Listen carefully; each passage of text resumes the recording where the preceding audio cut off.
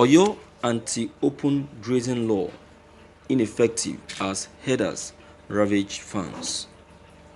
The law states that anyone who engages in open rearing or grazing of livestock is guilty of an offense and liable on conviction to imprisonment for 5 years or a fine of 500,000 or both.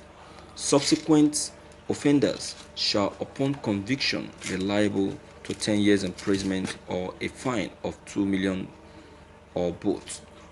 However, the law appeared to be a paper tiger as there is no enforcement and herdsmen not only engage in open grazing but also to kidnap, kill and rape members of the community. The state is arguably the food basket of the southwest region, for it is blessed with a massive landmass of about 28,454 kilometers square. It is the biggest with a huge arable landmass. Its agricultural potential is so high that some are of the view that farm produce in the state can feed the region. All zones of the state, Oki-Ogun, Ibarapa, Ogbomosho, Oyo and Ibadan, have enormous agricultural potential. However, with various reports of clashes between farmers and herdsmen, kidnapping, killings and robberies, insecurity seems to be threatening food production in the state. While the law implementation is hampered as there are no enforcement agents. Amotekun Corps analysts have said could give life to the law if fully constituted, empowered and appropriately deployed for community protection, intelligence gathering and crime prevention. But for now, farmers and communities still live and farm at the mercy of herdsmen. The case of Ms. Modupe Oyetosho, a farmer whose fiance was shot by suspected herdsmen at the Landlate area of the Ibarapa East local government area of the state, early this year readily comes to mind.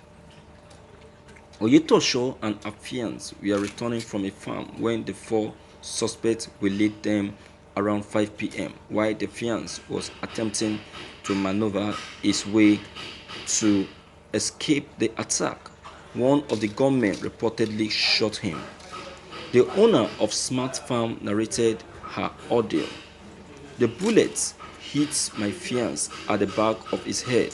I didn't know what to do as the blood was rushing out of his head. I thought I could save him, so I attempted applying pressure to stop the blood, but I couldn't do it because the car, which was still in motion, was about to hit a tree. After managing to stop the vehicle, the assailant reportedly caught up with Miss Oyetosho, whisked her away into a nearby forest and abandoned her fiance, who later died. She narrated that while in the forest, the kidnappers tied her hands and one of them used the rope to pull her, while another one hit her from behind anytime she slowed down. When I slumped, they beat me and pulled me up.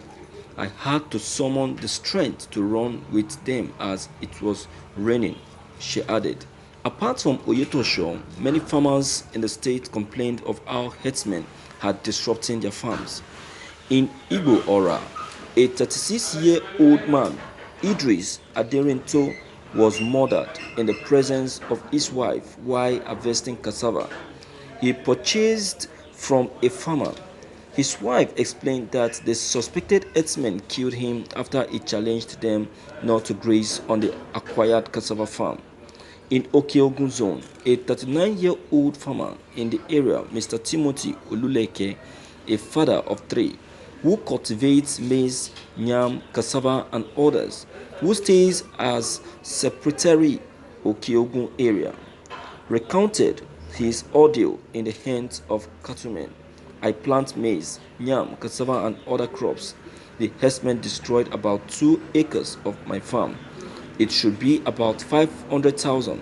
That is how they have been wreaking havoc. Last year, it was the same story. They devoured my farm amounting to 700,000. I'm not the only one affected at Sepeteri. It happens to enormous farmers. When it happened, we reported them to the Nigerian Security and Civil Defense Corps (NSCDC). They took action, but the action did not bring any result. The herdsmen denied responsibility for the act. We want them not to do that again. Since then, they have not been coming. They are Fulani herdsmen, he said.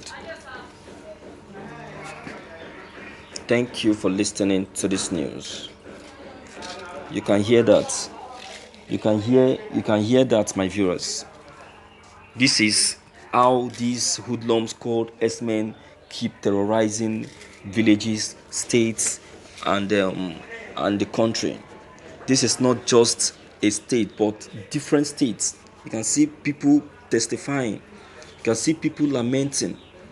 And yet the president will keep saying that they are good people. They are good people and they are terrorizing the community and state, killing people. I said that these people are not herdsmen. They just clothe themselves with that name, herdsmen. They are the terrorists we are talking about. They are the hoodlums. They are the bandits, the jihadists.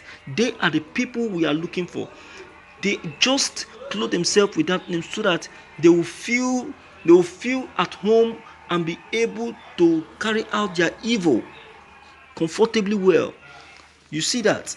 So it is better that the federal government start doing something before the people take law into their hands, and before you know it, there will be a revolution. You understand? My viewers, it has been said already by a man of God that he sees this country breaking up. So the president should better do something before things start getting out of hand. You get it, my viewers? These herdsmen, they are not sympathetic one bit.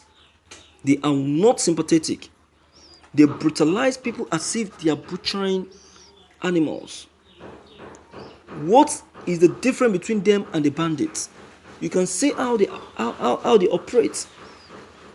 So for you to know that truly they are the bandits, you check how they operate. You check how they operate and how they brutalize people. Is it different from the bandits? No. That is to let you know that they are the terrorists we are looking for. So the earlier we accept that, the better for us. So we should start working on them. We should start checking on them and start getting rid of them earlier. So, my viewers, I call on you to please come up with your own idea. Please do well to leave those ideas of yours below the comment box. Click on the subscription button as well as bell button to receive more updates. Thank you.